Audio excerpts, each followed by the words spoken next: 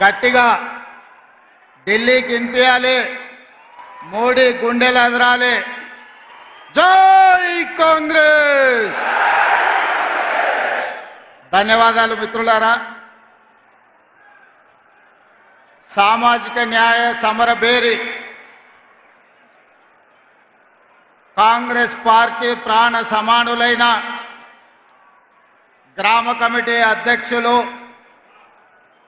క్రియాశీలక కార్యకర్తల సమావేశానికి అధ్యక్షత వహించిన మిత్రులు, పిసిసి అధ్యక్షులు మహేష్ కుమార్ గౌడ్ గారు, ఈ కార్యక్రమానికి ముఖ్య అతిథులుగా విచ్చేసిన పెద్దలు, ఏఐసిసి అధ్యక్షులు, 55 సంవత్సరాల సుదీర్ఘ రాజకీయ అనుభవం కలిగిన దురంధరుడు, బ్లాక్ కాంగ్రెస్ ప్రెసిడెంట్ నుంచి ఏఐసిసి అధ్యక్షుడిగా అన్ని బాధ్యతలను నిర్వహించి ఈనాడు మనకు దశ దిశ నిర్దేశం అందించడానికి విచ్చేసిన పెద్దలు శ్రీ మల్లికార్జున్ ఖర్గే గారు,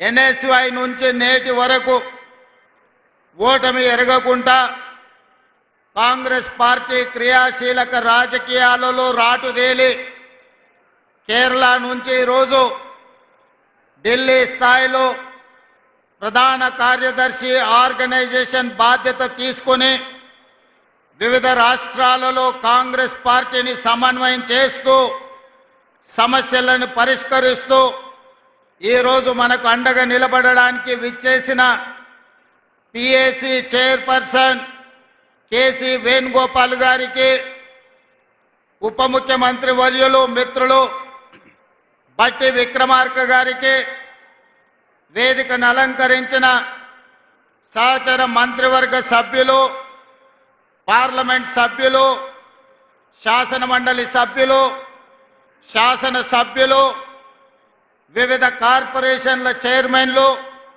ప్రభుత్వ సలహాదారులు, జిల్లా పార్టీ అధ్యక్షులు, మండల పార్టీ అధ్యక్షులు, గ్రామ కమిటీ అధ్యక్షులు, ప్రాణ సమానులైన కాంగ్రెస్ పార్టీ కార్యకర్తలందరికీ నా హృదయపూర్వకంగా నమస్కారాలు. ఈ సమావేశానికి స్వాగతం, సుస్వాగతం. మిత్రులారా, మీకందరికీ తెలుసు, తెలంగాణలో మాకు తిరుగులేదని అహంకారంతో రంకెలేస్తూ విర్రవీగుతున్న సమయంలో కల్వకుంట్ల గడిని బద్దలు కొట్టి 3 రంగుల జెండా చేతబూని 3 రంగుల కండువా మెడలో కట్టుకొని గుండెల నిండా ధైర్యం నింపుకొని తెలంగాణ నలుమూలల 4 కోట్ల మందిని చైతన్యం చేస్తూ తండాలలో, గూడాలలో, మారుమూల పల్లెల్లో ప్రతి తలుపును, ప్రతి గుండెను తట్టి డిసెంబర్ 7, 2023 నాడు ఇదే ఎల్బీ నగర్ మైదానం సాక్షిగా మన నాయకురాలు, తెలంగాణ ప్రదాత శ్రీమతి సోనియా గాంధీ గారి నాయకత్వంలో, యువకులు రాహుల్ గాంధీ గారి నేతృత్వంలో ఇక్కడనే ప్రజారాజ్యం, ప్రజా పరిపాలన, ఇందిరమ్మ రాజ్యాన్ని ఇక్కడనే మనం ఏర్పాటు చేసుకున్నాం. ఆనాడు మొదలుపెట్టిన మన నడక ఈనాడు తెలంగాణలో నలుమూలల్లో రైతుల విషయంలో కావచ్చు, మహిళలు కావచ్చు, విద్యార్థులు కావచ్చు, నిరుద్యోగ యువకులు కావచ్చు, ఉద్యమకారులు కావచ్చు, అమరవీరుల కుటుంబాలు కావచ్చు, తెలంగాణలో ప్రతి ఒక్కరిని తడుతూ ప్రతి గుండెకు చేరుతూ ఈరోజు ప్రజా పరిపాలనను అందిస్తూ ఈ సమావేశాన్ని ఏర్పాటు చేసుకున్నాం. మిత్రులారా, ఈ 18 నెలల్లో ప్రభుత్వం ఏర్పడినాడు ఎంతకాలం ఉంటుంది ఇది? 3 నాళ్ళ ముచ్చటనే అన్నవాళ్ళు ఉన్నారు. 3 నాళ్ళు అయిన తర్వాత ఈ ప్రభుత్వం ఉంటది కానీ సంక్షేమ పథకాలు అమలు చెయ్యలేరు అన్నారు. సంక్షేమ పథకాలు అమలు చేసిన తర్వాత వీళ్ళు కలిసి ఉండరు, రోజు కలహించుకుంటారు, కాంగ్రెస్ వాళ్ళకు కలిసి ఉండే లక్షణమే లేదు అన్నారు. అక్కడి నుంచి ఈనాడు కలిసి ఉండడమే కాదు, ఈ రోజు కలిసికట్టుగా నడుము బిగించి నవ్విన వాళ్ళ ముందల తలెత్తుకొని నిలబడే విధంగా నిటారుగా నిలబడి సంక్షేమాన్ని, అభివృద్ధిని, విద్యను, ఉద్యోగాలను తెలంగాణ రాష్ట్రంలో అమలు చేసి దేశానికే ఆదర్శంగా నిలబడే తెలంగాణ మోడల్ని 18 నెలల్లో ఆవిష్కరించినాం. అందుకే ఈనాడు కన్యాకుమారి నుంచి కశ్మీర్ వరకు 150 రోజులు 4000 కిలోమీటర్లు మండు టెండల్లో, మంచు కొండల్లో నడుస్తూ ప్రజలని కలుస్తూ ఆనాడు రాహుల్ గాంధీ గారు ఒక మాట ఇచ్చారు.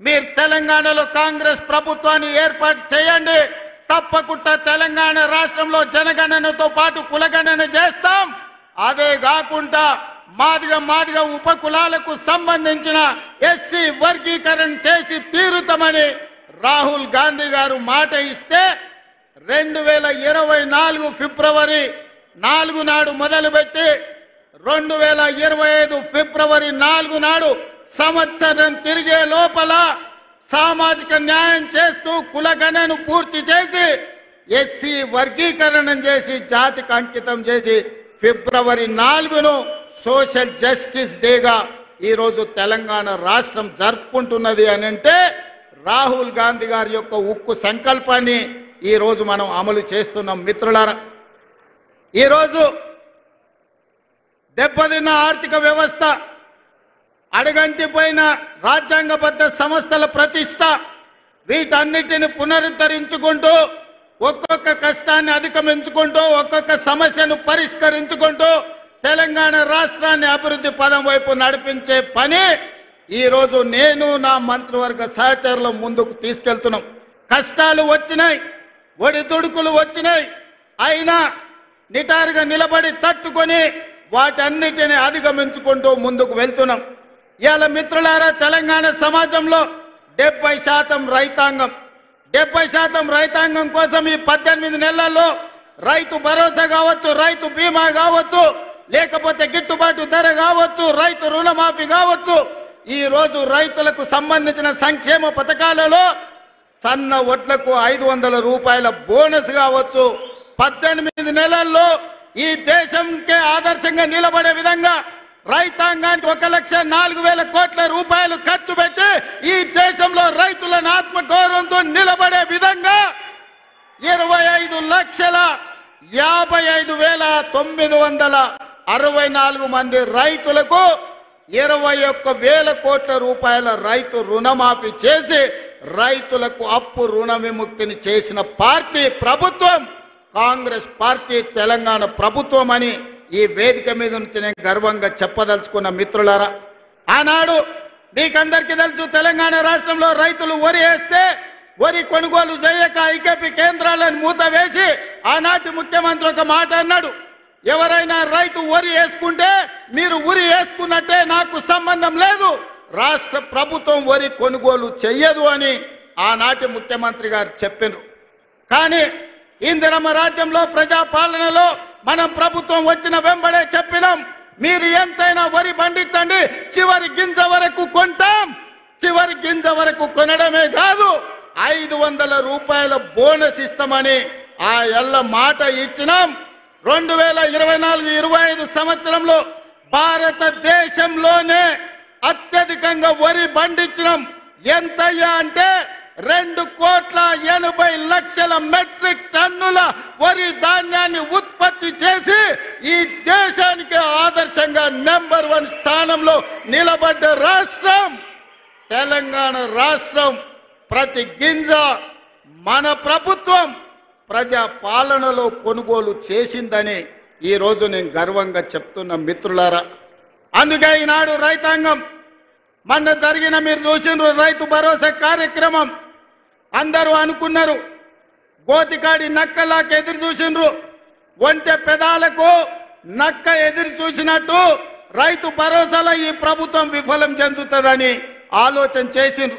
నేను చెప్పిన 9,000 కోట్ల రూపాయలు 9 రోజుల్లో రైతుల ఖాతాలో వేస్తామని చెప్పి 70 లక్షల మంది రైతులకు 9 రోజుల్లో 9,000 కోట్ల రూపాయలు వేసి రైతు ప్రభుత్వం, ఈ ప్రభుత్వంలో రైతును రాజును చేస్తాం, మా ఉద్దేశం, మా లక్ష్యం వ్యవసాయం దండుగ కాదు, వ్యవసాయం పండుగ చేస్తామని చెప్పినాం.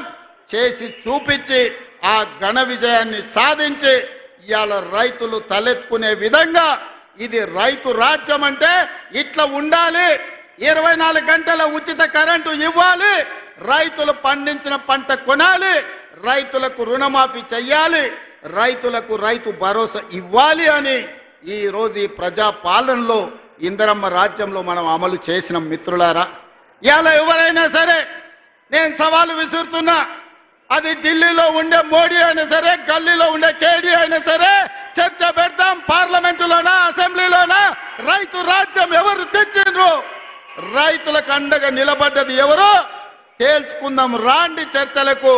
కేసీఆర్ వస్తాడో, కేటీఆర్ వస్తాడో, కిషన్ రెడ్డి వస్తాడో, నరేంద్ర మోడీ వస్తాడో, కాంగ్రెస్ పార్టీ కార్యకర్తలను తీసుకొని నేను వస్తా అని సూటిగా సవాలు విసురుతున్న మిత్రులారా, మీకందరికీ తెలుసు, మహిళలు కాంగ్రెస్ పార్టీ ఈ దేశానికి రాష్ట్రపతిని మహిళను చేసింది.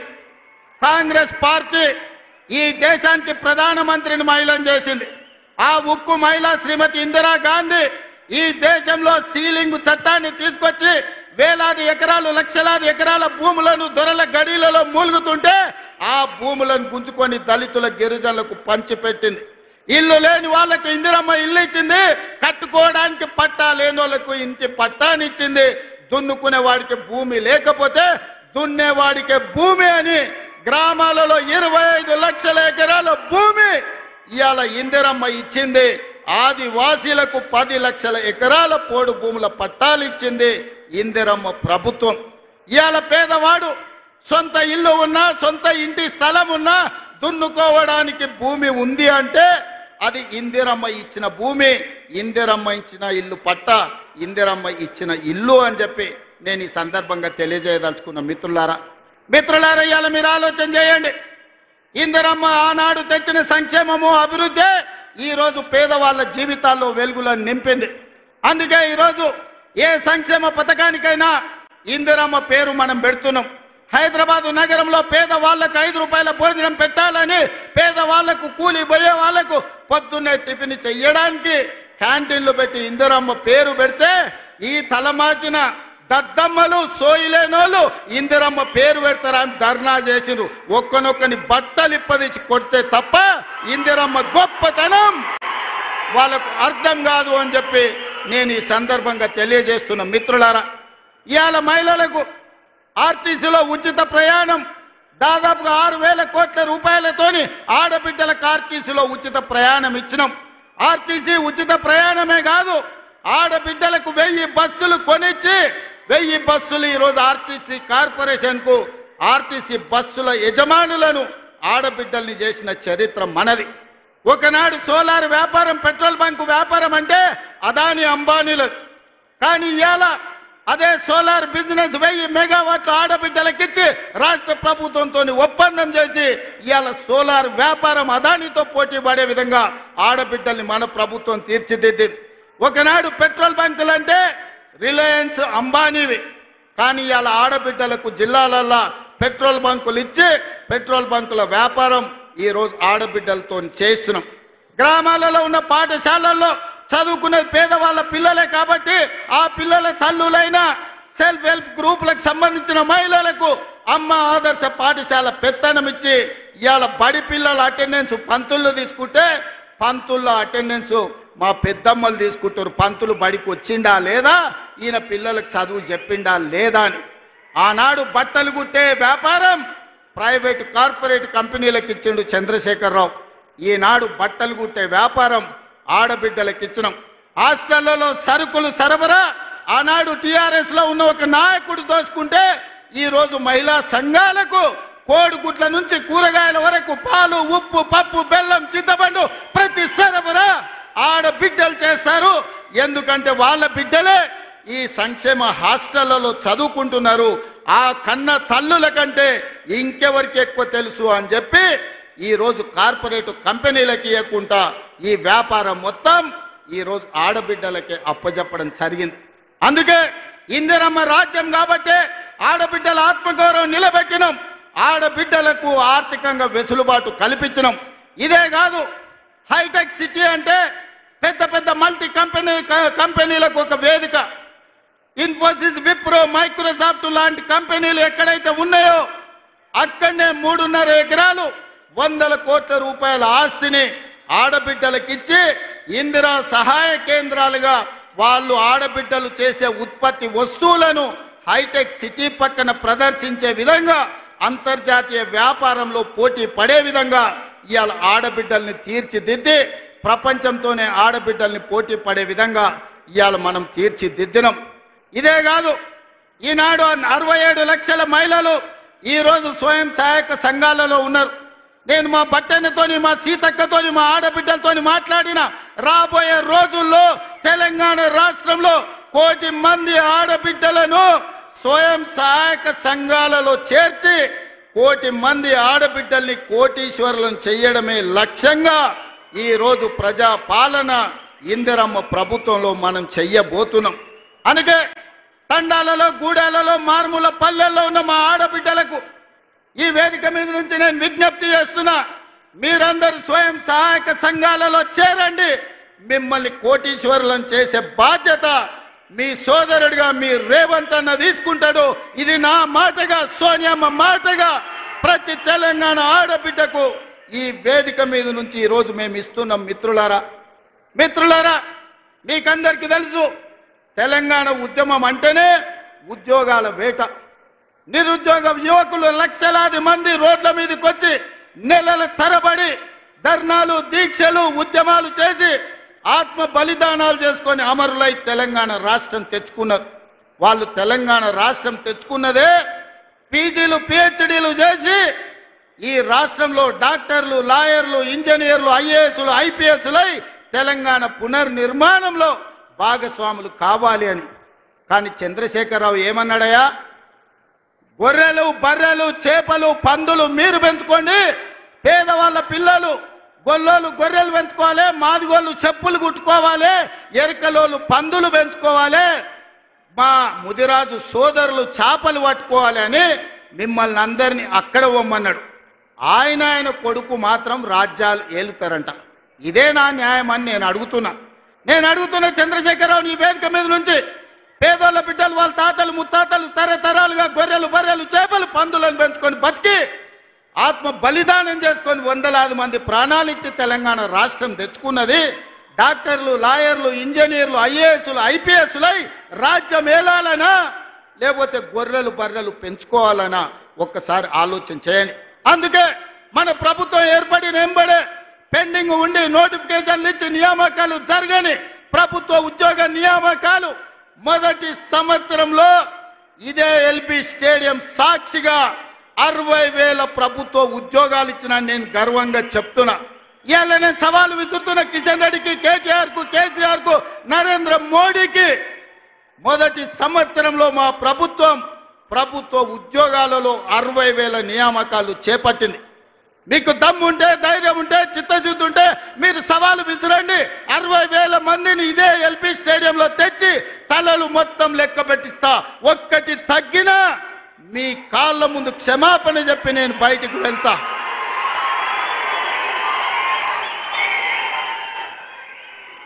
ఇది మా లెక్క, ఇది మా నిజాయితీ.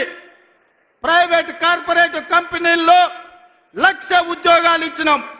నేను మా మిత్రుడు శ్రీధర్ బాబు విదేశీ పర్యటనలో 3 లక్షల కోట్ల పెట్టుబడులు తీసుకొచ్చినాం. ఇవాళ అంతర్జాతీయ స్థాయిలో తెలంగాణకు ఒక గుర్తింపు, గౌరవాన్ని తీసుకొచ్చినాం. అందుకే మిత్రులారా, ఆనాడు హాస్టళ్లలో, సంక్షేమ హాస్టళ్లలో ఎన్నడా పిల్లల్ని పట్టించుకోలే. అందుకే వాళ్లకు ఫుడ్ డైట్ ఛార్జెస్ మా బట్టి గారు 40% పెంచిండ్రు. Cosmetic charge 200% పెంచిండ్రు. ఇవాళ పేదవాళ్ళ పిల్లలు కార్పొరేట్ వైద్యము, కార్పొరేట్ విద్య పోటీ పడాలి అంటే ఈ విద్య ఉన్నది సరిపోదని యంగ్ ఇండియా ఇంటిగ్రేటెడ్ స్కూళ్ళు 100 నియోజకవర్గాలలో 100 పాఠశాలలు 20,000 కోట్ల రూపాయలతోని యంగ్ ఇండియా ఇంటిగ్రేటెడ్ రెసిడెన్షియల్ స్కూళ్లను ప్రారంభించుకున్నాం. రాబోయే రోజుల్లో ప్రపంచంతోనే పోటీ పడే విధంగా మన విద్యా ప్రమాణాలను పెంచడానికి ఇలా మనం ప్రణాళికలు వేసుకున్నాం. ఇవాళ మిత్రులారా, ప్రతి సంవత్సరం ఇంజనీరింగ్ విద్యార్థులు 1,10,000 మంది పాస్ అవుతున్నారు. సర్టిఫికెట్ ఇంజనీరింగ్ వస్తుంది కానీ బయటకు పోతే ఉద్యోగం లేదు. బయట అవసరాలకు తగ్గట్టు వీళ్ళకు నైపుణ్యం లేదు. నైపుణ్యానికి శిక్షణ ఇవ్వడానికి వసతులు లేవు.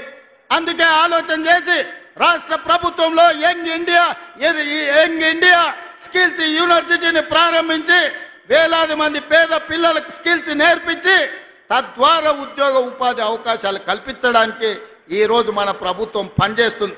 ఇదే కాదు, మొన్న జరిగిన ఒలింపిక్స్ లో 140 కోట్ల మంది ఉన్న ఈ దేశానికి ఒక్క బంగారు మెడల్ రాలే. కానీ సౌత్ కొరియా ఒక చిన్న దేశం, హైదరాబాద్ కంటే కొంచెం పెద్ద దేశం, 32 మెడల్స్ తెచ్చుకున్నది. అందులో ఒక అమ్మాయి సౌత్ కొరియా స్పోర్ట్స్ యూనివర్సిటీకి నేను పోతే ఒక అమ్మాయిని కలిసిన. ఆ అమ్మాయి నాకు ఆశ్చర్యం వేసింది. ఒక అమ్మాయి 3 బంగారు పతకాలు తీసుకొచ్చింది. నేను అడుగుతున్న మిత్రులారా, తెలంగాణ యువకులారా, ఉద్యమం చేసి తెచ్చుకున్న తెలంగాణగా 140 కోట్ల జనాభా ఉన్న భారతదేశం ఒక్క మెడల్ తీసుకురాలే. సౌత్ కొరియాలో ఒక అమ్మాయి 3 బంగారు మెడల్స్ తెస్తే 140 కోట్ల భారతీయులు ఆ అమ్మాయి ముందల తల వంచుకునే పరిస్థితి ఈరోజు లేదా? అందుకే ఈ దేశాన్ని ప్రపంచ చిత్రపటంలో పెట్టాలంటే ఒలింపిక్స్ లో బంగారు మెడల్స్ సాధించాలి. దానికి తెలంగాణ వేదిక కావాలని యంగ్ ఇండియా స్పోర్ట్స్ యూనివర్సిటీని ఇవాళ తెలంగాణలో ప్రారంభించుకున్నాం. 2034 ఒలింపిక్స్ లో తెలంగాణ నుంచి బంగారు మెడల్స్ తెచ్చే బాధ్యత తెలంగాణ యువత తీసుకుంటుందని చెప్పి నరేంద్ర మోడీ గారికి నేను సూటిగా చెప్తున్నా. మిత్రులారా, ఇలా చెప్పుకుంటూ వెళ్తే ఎన్నో విజయాలు ఉన్నాయి. పనిలో పడి ప్రచారం చేసుకోవడంలో మేము మర్చిపోయినాం. మన వాళ్ళు చెబుతుంటే అరే ఇన్ని చేసిందా మన ప్రభుత్వం, సన్నబియ్యం ఇచ్చిందా, రైతు రుణమాఫీ చేసిందా, రైతు భరోసాకు నిధులు ఇచ్చిందా, 60,000 ఉద్యోగాలు ఇచ్చిందా, అమ్మ ఆదర్శ పాఠాలు నిర్వహించిందా, స్కిల్స్ యూనివర్సిటీ పెట్టిండ్రా, స్పోర్ట్స్ యూనివర్సిటీ పెట్టిండ్రా, ఇట్లా ప్రతి కార్యక్రమాన్ని చర్చినప్పుడు ఆశ్చర్యంతో నోరు తెరిచి చూస్తున్నారు. మరి ఎందుకు ఈ రోజు అవి మనం ప్రచారం చేసుకోలేకపోతున్నాం? అందుకే మిత్రులారా, ఈ రోజు వాళ్ళు పెట్టుబడి పెట్టి కిరాయి మనుషులను పెట్టి దుబాయ్లో ఆఫీసులు పెట్టి విష ప్రచారం చేస్తున్నారు. అందుకే ఇవాళ ఈడికొచ్చిన వేలాది మంది కాంగ్రెస్ పార్టీ కార్యకర్తలే మా బ్రాండ్ అంబాసిడర్లు. మీరే ప్రచార కార్యకర్తలుగా మారండి, మీరే ఈ ప్రభుత్వానికి బ్రాండ్ అంబాసిడర్లుగా మారండి. సోషల్ మీడియాలో యుద్ధం ప్రకటించండి. మన యుద్ధంలో కల్వకుంట్ల గడి తుణుకలు అయిపోవాలి. అందుకే మిత్రులారా, ఇవాళ మనం కలుసుకున్నాం. మా ఎన్నికలు అయిపోయినాయి, ఎమ్మెల్యే అయిపోయింది, ఎమ్మెల్సీ అయిపోయింది, ఎంపీ అయిపోయింది, ప్రభుత్వం అయిపోయింది. నాయకుల ఎన్నికలు అయిపోయిన వేదిక మీద ఉన్నోళ్ళకు ఇక ప్రాణ సమానులైన మా కార్యకర్తల ఎన్నికలు ఉన్నాయి. మిమ్మల్ని గెలిపించే బాధ్యత నాది. సర్పంచులుగా, వార్డు మెంబర్లుగా, ఎంపీటీసీలుగా, ఎంపీపీలుగా, జడ్పీటీసీలుగా, జిల్లా పరిషత్ చైర్మన్లుగా, కౌన్సిలర్లుగా, కార్పొరేటర్లుగా, మేయర్లుగా మిమ్మల్ని గెలిపించే పూచి నేను తీసుకుంటా. మీ సోదరుడు మీకు అండగా నిలబడతాడు. గ్రామాన తండాలలో, గూడాలలో, మారుమూల పల్లెల్లో కంకణం కట్టుకొని బయలుదేరండి. రాబోయే స్థానిక సంస్థల్లో 100% కాంగ్రెస్ పార్టీ కార్యకర్తలకు న్యాయం జరుగుతుంది. మిమ్మల్ని గెలిపించుకునే పూచి నాది. ఇవే కాదు, ఈరోజు గుడి కమిటీలు కావచ్చు, మార్కెట్ కమిటీలు కావచ్చు, కార్పొరేషన్లో డైరెక్టర్లు కావచ్చు, అన్ని పదవులు ఇచ్చే వరకు ఈరోజు విశ్రమించను. మీకు అండగా నిలబడడానికి మీనాక్షి నటరాజన్ గారు ఢిల్లీ నుంచి వచ్చిండ్రు. మీకు 100% న్యాయం జరుగుద్ది. మీకు న్యాయం చేసే బాధ్యత నాది. ఇదే కాకుండా చాలా మంది నాయకులకు ఒక భయం ఉంది. మా దగ్గర ఎమ్మెల్యే గెలిచిండు, లేకపోతే మా దగ్గర ఎవరో ఎమ్మెల్యే వచ్చిండు, రేపు భవిష్యత్తులో నా పరిస్థితి ఏందని. అందుకే నేను ఒక మాట చెప్పదలుచుకున్నా. వచ్చే ఎన్నికల్లో సీట్లు పెరగబోతున్నాయి. 119, 153 అసెంబ్లీలు కాబోతున్నాయి. పార్లమెంటు సీట్లు పెరగబోతున్నాయి. ఇవాళ 60-70 మంది ఎమ్మెల్యేలు ఉన్నారు. ఇంకా 80 మందికి కొత్తగా టికెట్లు ఇచ్చే అవకాశం ఉంది. మీరు ప్రయత్నం చేయండి, ప్రజల్లో ఉండండి, ప్రజాసేవ చేయండి.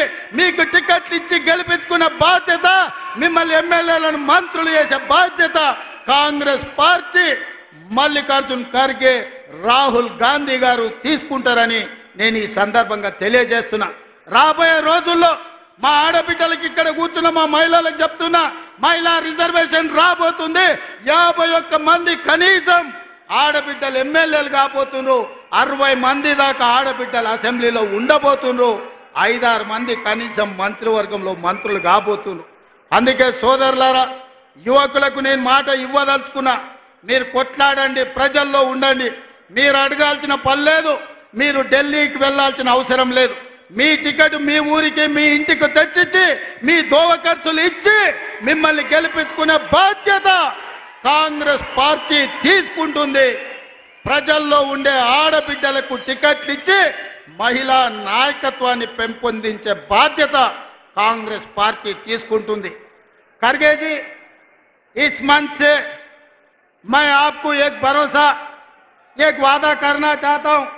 आज गांव-गांव से, आदिवासी जिलों से हमारे भाई बहन लोग इधर आ गए। वो विलेज का ग्राम अध्यक्ष है, मंडल अध्यक्ष है, जिला के अध्यक्ष है। इन सब लोगों के दिल मैं देखा, इन लोगों का दिल का धड़कन मैं समझता हूं। इन लोगों के तरफ से आपको मैं वादा करना चाहता हूं, आने वाले चुनाव में 15 parliament seat, 100 assembly seat Telangana में जिताएंगे। दिल्ली को हम 15 पार्लियामेंट एमपी को बना भेज देंगे। 100 एमएलए को जिता के यही दोबारा हम सरकार बनाएंगे। आपके जिम्मेदारी सोनिया जी को, राहुल गांधी जी को, प्रियंका जी को, केसी वेणुगोपाल जी को आप यहां पर लेकर आना। सरकार जिताने का जिम्मेदारी हमारे भाइयों का, हमारा 100 एमएलए से एक भी कम पड़ा मुझे पूछना, 100 से एक भी कम नहीं होने दूंगा, ये मेरा वादा है। पिछले बार मैं वादा किया, वरन रंगारेड्डी जिले में राजीव गांधी चौरास्ता में हम आपको वादा किया था सरकार बनाने का। सितंबर 17, 2023 उस दिन सोनिया जी को, आपको, हमारे कार्यकर्ता, हमारे भाई लोग आपको वादा किया 2023 दिसंबर में कांग्रेस सरकार बनाने का। आज 3 साल पहले हम लोग आपको वादा कर रहे हैं, हमारे वादा को सोनिया जी को पहुंचा दो। आने वाले चुनाव में 100 एमएलए को जिताएंगे, सरकार बनाएंगे। 15 पार्लियामेंट मेंबर्स को हम दिल्ली भेज देंगे। आप दिल्ली में सरकार बनाओ, हमारे तरफ से हम लोग मेहनत करेंगे। ये हमारे वादा है। सही है ना? तैयार है? तैयार है? तैयार है? तैयार है? तैयार है? तैयार है? आप लोग तैयार है? पीछे वाले तैयार है? आगे वाले तैयार है? वो पीछे बैठे वाले तैयार है? तैयार जिन्होंने हाथ उठाओ, सब लोग हाथ उठाओ। जय कांग्रेस, जय जय कांग्रेस, जय सोनिया मां, जय जय सोनिया मां। ధన్యవాదాలు మిత్రులారా।